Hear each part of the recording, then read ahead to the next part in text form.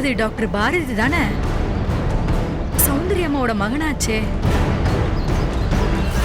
ஆமா, அவரே தான்.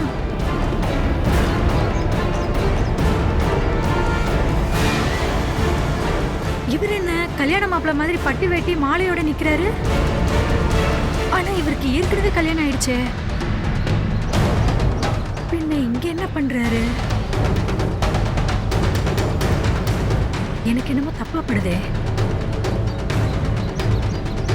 எதுக்கும் சௌந்தர்யம்மாக்கு ஃபோன் பண்ணி சொல்லிடலாம். ஒருவேளை நடக்கிறது தப்பான விஷயமா இருந்தா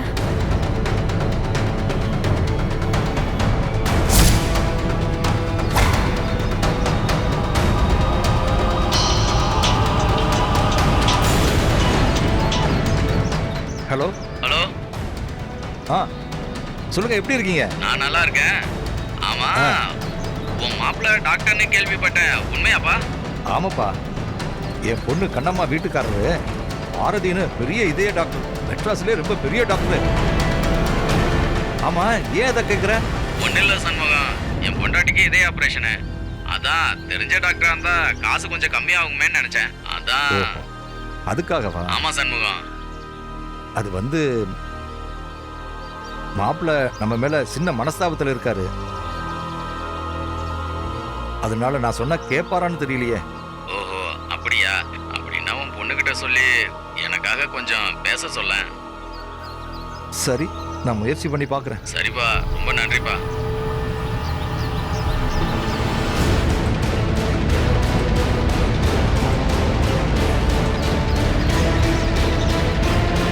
சாமி, இந்தாங்கோ. போயிட்டு வாங்கோ.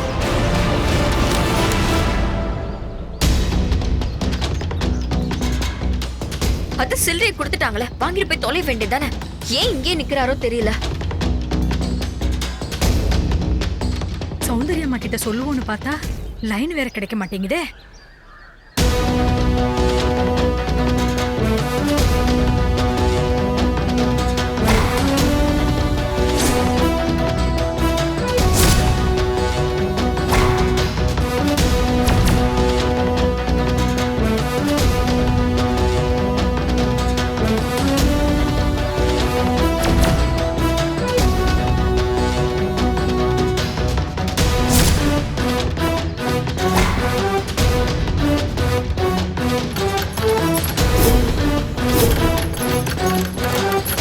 பாரதி, வா. எங்க போன ரெண்டு பேரும்? நான் தாலியை கொடுக்கலாம் தேடினா ஆளையே காணுமே. அது திடீர்னு ஒரு வேலை வந்துருச்சு. சரி, அதெல்லாம் இருக்கட்டும். நீங்க ஏன் நடைய சாத்திட்டீங்க? ஆமாம்மா, நேரம் ஆச்சு, நடைய சாத்திட்டோம். இப்போ கல்யாணம் பண்ணணுமே, என்ன பண்றது? அது எப்படிப்பா முடியும்? நடைய சாத்தியாச்சுன்னு சொல்றேன். நாளைக்கு வாங்கம்மா. நாளைக்கா? சாமி, இப்பவே பண்ணிக்கிறோமே ப்ளீஸ். இங்க பாருங்கம்மா, நல்ல நேரம், சாஸ்திரம், சம்பிரதாயம் இதெல்லாம் நீங்க மதிக்காம இருக்கலாமா? ஆனா நான் மதிக்கிறவன். இன்னைக்கு இந்த கோவில்ல கல்யாணம் பண்ண முடியாது. நாளைக்கு வாங்கம்மா. ஐயோ சாமி, சாமி ஒரு நிமிஷம். என்ன பாரதி இப்படி சொதப்பிருச்சு? சரி விடுவேன்பா, இப்படி நடக்கும் நமக்கு தெரியுமா? நாளைக்கு இந்த கோவிலே வேணாம், நம்ம வேற ஏதாவது கோவிலுக்கு போலாம். நாளைக்கு தானே, பாத்துக்கலாம். வா போலாம். வா.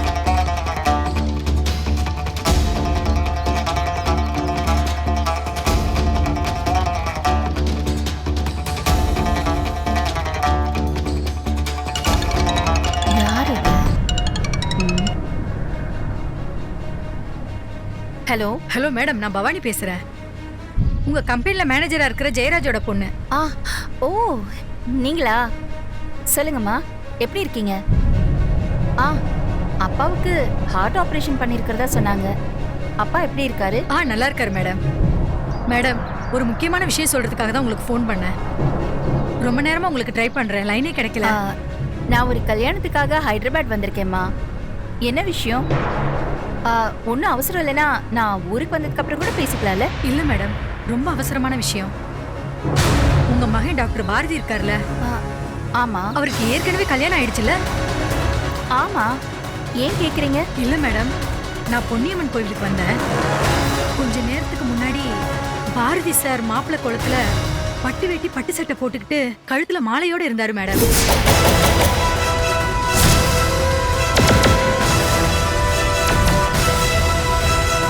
என்ன பவானி சொல்றீங்க?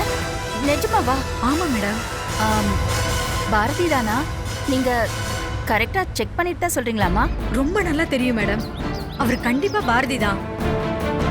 அவரை மாப்பிள்ளை குளத்துல பார்த்ததும் எனக்கு ரொம்ப ஷாக் ஆயிடுச்சு மேடம். ஏன்னா அவருக்கு ஏற்கனவே கல்யாணம் ஆயிடுச்சுன்னு எனக்கு தெரியும் மேடம். நான் உடனே உங்களை தான் இங்க இருக்கீங்களான்னு பார்த்தேன் மேடம். ஆனா நீங்களும் மத்த யாருமே ஆளை காணோம்.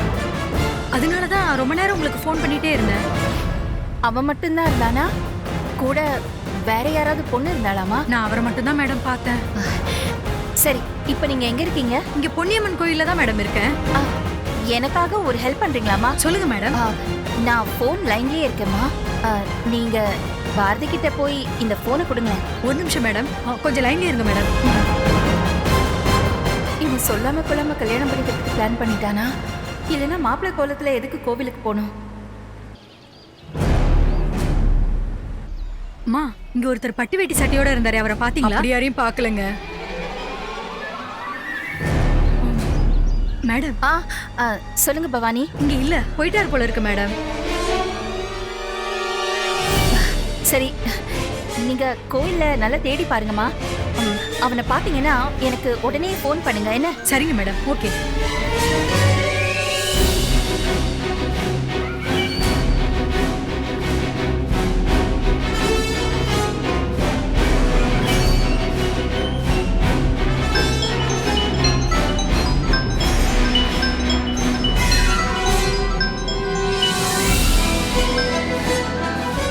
ஹலோ அம்மா. பாரதி, நான் உன்கிட்ட நேரடியா ஒரு விஷயத்தை கேக்குறேன். என்கிட்ட மறைக்காம உடனே உண்மையை சொல்லு. நீ கொஞ்ச நேரத்துக்கு முன்னாடி கோயிலுக்கு போயிருந்தியா? சொல்லு பாரதி, கோயிலுக்கு போயிருந்தியா?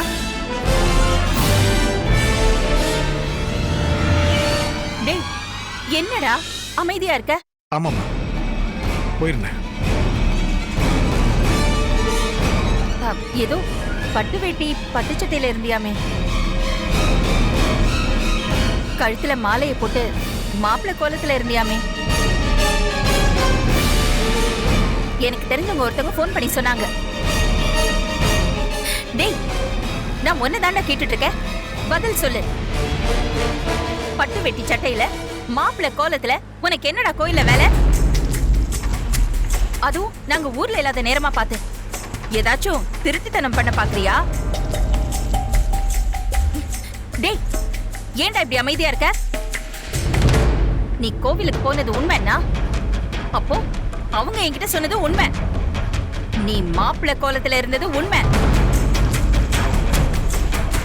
அப்போ நீ கல்யாணம் பண்ணிக்க போறியா பாரதி? டேய், அப்படி யாரடா நீ கல்யாணம் பண்ணிக்க போற? அதுவும் எங்க கிட்ட கூட சொல்லாம? டேய், எங்களுக்கு தெரியாம அங்க என்னடா நடக்குது? அம்மா ஒரு நிமிஷமா. இன்னைக்கு கோயில்ல என் ஃப்ரெண்டுக்கு கல்யாணம், அதுக்காக தான் அங்க போயிருந்தேன். அங்க போன இடத்துல என்ன தொட மாப்பிளே இருக்க சொல்லிட்டாங்க. அதுக்காக பட்டு வெட்டி பட்டு சட்டெல்லாம் கொடுத்து என் கழுத்துல ஒரு மாலையும் போட்டு விட்டாங்க. போதுமா?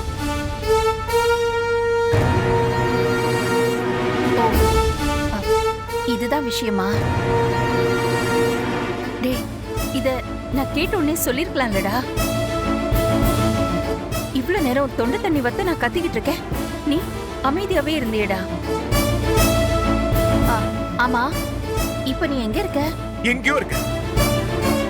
ஏமா இப்படி என்ன போலீஸ்காரங்க மாதிரி எப்ப பார்த்தாலும் ஃபாலோ பண்ணிட்டே இருக்கீங்க? கொஞ்ச நேரம் என்ன நிம்மதி இருக்க விடுங்க. சரிப்பா, நான் வச்சிடுறேன்.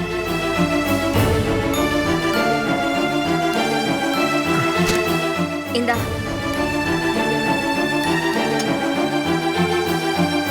யார் பாரதி போன்ல? எங்க அம்மா தான். ஆண்டியா? என்ன சொன்னாங்க? எங்க அம்மாக்கு தெரிஞ்ச யாரோ ஒருத்தங்க என்ன கோயில்ல கல்யாண கோலத்துல பார்த்துட்டு அம்மாக்கு கால் பண்ணி சொல்லியிருக்காங்க. என்ன பாரதி சொல்ற? அப்புறம் என்னாச்சு? அப்புறம் என்ன, அதுக்கு இப்ப கால் பண்ணி நீ கோயிலுக்கு போனியா? அது நீதானா? எதுக்கு நீ கல்யாண ட்ரெஸ்ல இருந்தேன்னு விசாரிச்சாங்க. என் ஃப்ரெண்டுக்கு கல்யாணம், அவனுக்கு தொண மாப்பிள்ளைய போனன்னு சொல்லி சமாளிச்சிட்டேன். நல்ல வேலை, உன்னை பார்த்து அந்த லேடி என்ன பார்க்கல போல இருக்கு. இல்லனா ஜோடியா இருந்தாங்கன்னு சொல்லியிருக்கோம். கெட்டதுலயே ஒரு நல்லது நடந்திருக்கு. வெண்பா, நான் ஒன்னு சொல்லட்டுமா? எனக்கு என்னமோ கொஞ்சம் மனசுக்கு தப்பா படுது. இந்த விஷயத்துல நாம ரொம்ப அவசரப்படுறோம்னு தோணுது.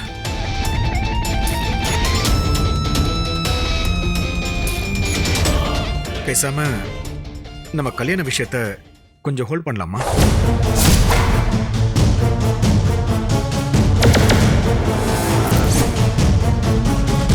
என்ன பாரதி சொல்ற?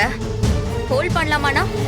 இல்ல வெண்பா, அப்புறமா மறுபடி டிவோர்ஸ்லாம் வாங்கிட்டு எல்லாரோட சம்மதத்தோட கல்யாணம் பண்ணிக்கலாமா? அன்னைக்கு ஏதோ ஒரு வேகத்துல கண்ணம்மா மேல இருக்கிற கோபத்துல உன்னை கல்யாணம் பண்ணிக்கிறதுக்கு ஓகேன்னு சொல்லிட்டேன். ஆனா இப்ப ஏதோ தப்பு பண்றோமோன்னு குற்ற உணர்ச்சியா இருக்கு வெண்பா.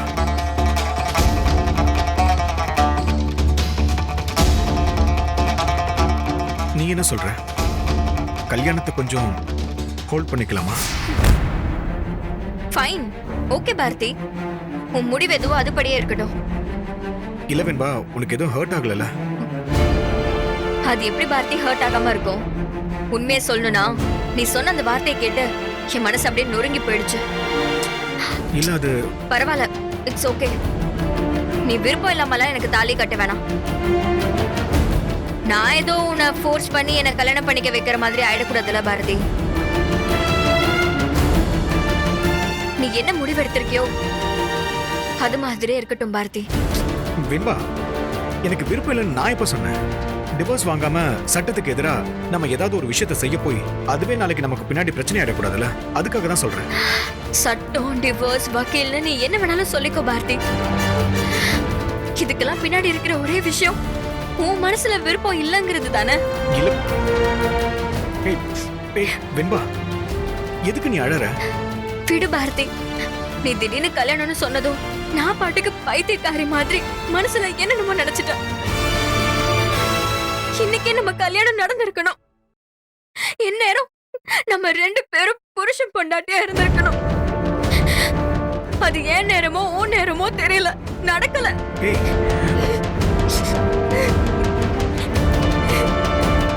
நீ என்கிட்ட வந்து இந்த கல்யாணம் நடக்கலன்னா என்ன, எவ்வளவு ஆசைகளோடயும் கனவுகளோடயும் இருந்திருப்ப, அதெல்லாம் நடக்காம போயிடுச்சு.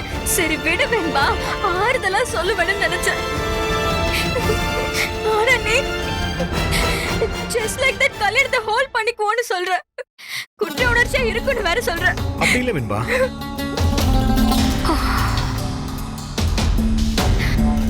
நான் இது வரைக்கும் உன்கிட்ட சொல்லாத ஒரு உண்மையை இப்ப சொல்லவா? உண்மையா? நான் உன்னை கல்யாணம் பண்ணிக்கிறேன்னு சொன்னனே, அதுக்கு காரணம் என்னமோ நீ உன் பொண்டாட்டி கூட சண்டை போட்டு ஏமாந்து போய் கஷ்டப்படுறதுனாலயோ இல்ல இன்னைக்கு நேத்து உன் கூட பழகி உன்னை புடிச்சு போனதுனாலயோ இல்ல பாரதி. நான் உன்னை காலேஜ் படிக்கும் போதுல இருந்தே லவ் பண்ணிட்டு இருக்கேன்.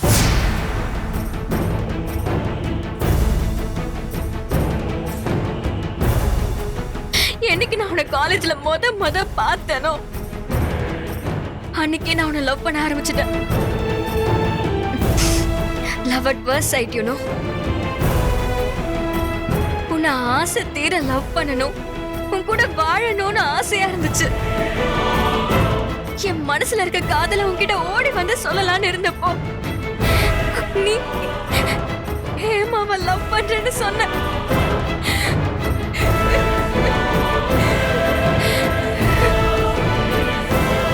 அப்போ எனக்கு என்ன சொல்றதுன்னே தெரியல.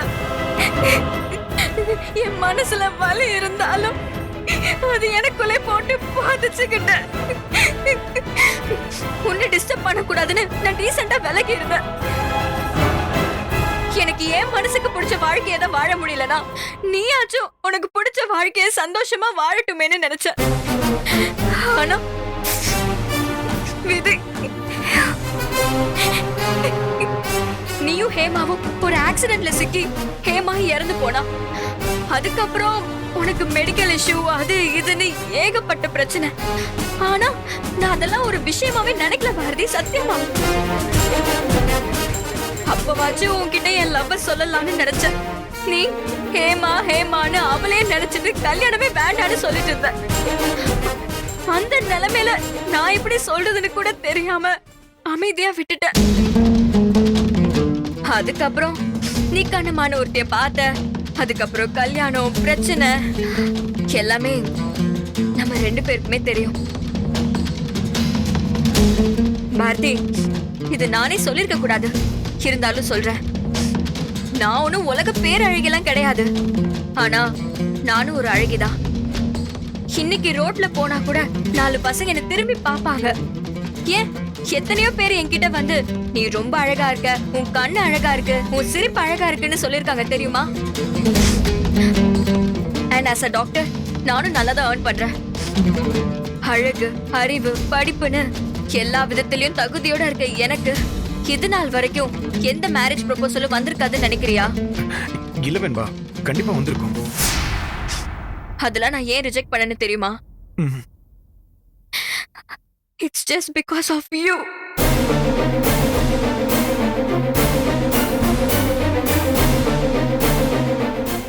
உன்னை மனசுல நினைச்சுக்கிட்டு இன்னொருத்தன் கூட வாழ்க்கை நடத்த என்னால முடியாது. முடியாது. அதனாலதான் உனக்கு தோணலாம் இவ்ளோ ஸ்ட்ராங்கா என்ன லவ் பண்ண நீ இது வரைக்கும் அதை காட்டிக்கிட்டதே இல்லைன்னு நினைக்கலாம். எப்படி வார்த்தை காட்டிக்க முடியும்? அதுக்கப்புறம் உனக்கு கண்ணம்மா கூட கல்யாணம் ஆகி உங்க 2 பேருக்கும் பர்சனலா ஏதேதோ பிரச்சனை வந்து பிரிஞ்சிருக்கீங்க. அது என்ன பிரச்சனைன்னு எனக்கும் நல்லாவே தெரியும். இந்த நேரத்துல நான் வந்து உன்னை லவ் பண்றேன்னு சொன்னா உன்னோட பிரச்சனையை யூஸ் பண்ணிக்கிட்ட மாதிரி ஆயிடும்ல. அது எனக்கு ரொம்ப அசிங்கம். அதனாலதான் அமைதியாவே இருந்துட்டேன். கடைசியா நீயே ஒரு நாள் என்கிட்ட வந்து என்னெல்லாம் யாரு வேண்பா கல்யாணம் பண்ணிப்பாங்கன்னு கேட்டேன். அப்பதான் நான் வேணா பண்ணிக்குவான்னு கேட்டேன். அப்ப கூட பாரதி, அது உன்னோட முடிவுதான், நீயே டிசைட் பண்ணிக்கொடுதான் நான் சொன்னேன். அதுக்கப்புறம் நீயே தான் வந்து நாளைக்கே கல்யாணம் பண்ணிக்கிறியான்னு கேட்ட. இத்தனை வருஷமா என் மனசுல சுமக்கிற ஒருத்தர் திடீர்னு வந்து என்ன கல்யாணம் பண்ணிக்கிறியான்னு கேட்கும் போது ஓகேன்னு சொல்றதுல தப்பு இல்லைன்னு எனக்கு தோணுச்சு. இத்தனை வருஷமா நான் வெயிட் பண்ணிருக்கேன். உனக்கே சம்மதம்னு தெரிஞ்சதுக்கு அப்புறம் எதுக்காக நான் வெயிட் பண்ணணும்? அதுக்காக தான் இமிடியேட்டா கல்யாணம் பண்ணிக்கிறேன்னு சொன்னேன். ஆனா இப்போ நீ வந்து வேணாம், எனக்கு குற்ற உணர்ச்சியா இருக்குன்னு நீ சொல்றதெல்லாம் கேட்கும் போது எனக்கு ரொம்ப கஷ்டமா இருக்கு பாரதி. நான் ஏதோ உன்னை வந்து ஃபோர்ஸ் பண்ணி எனக்கு தாலி கட்டியே ஆகணும்னு சொன்ன மாதிரி எனக்கு ரொம்ப அசிங்கமா இருக்குடா.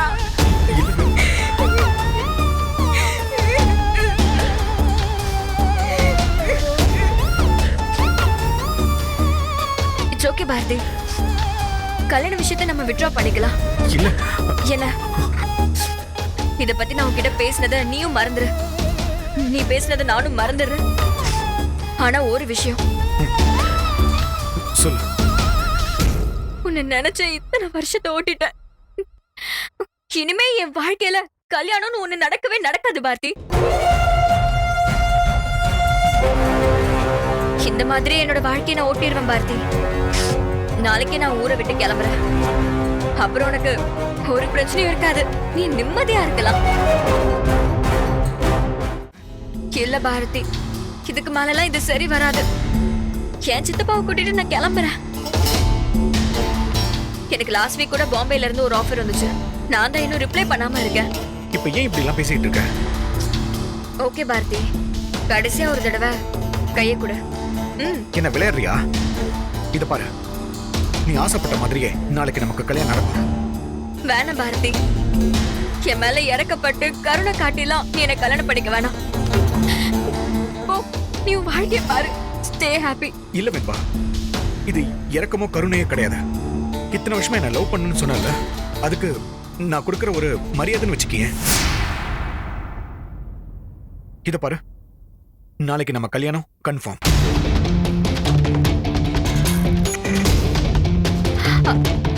Are you sure, Bharathi? உன்னை நம்பலாமா? அப்புறம் திரும்பவும் நாளைக்கு மாத்தி பேசினா சத்தியமா அதை தாங்குற சக்தி எனக்கு இல்ல பாரதி. 100%. இதுல எந்த மாற்றமும் இல்லை.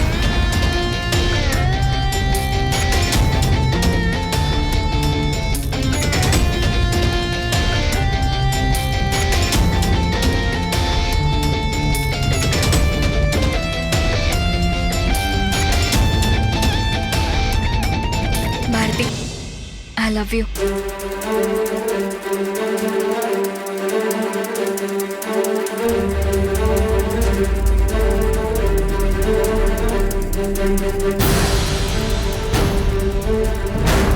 நீ திரும்ப எனக்கு ஐ லவ் யூ சொல்ல மாட்டியா? சொல்றேன் வெண்பா, நாளைக்கு காலையில நீ ஆசைப்படுற மாதிரி நடந்துக்கிறேன்.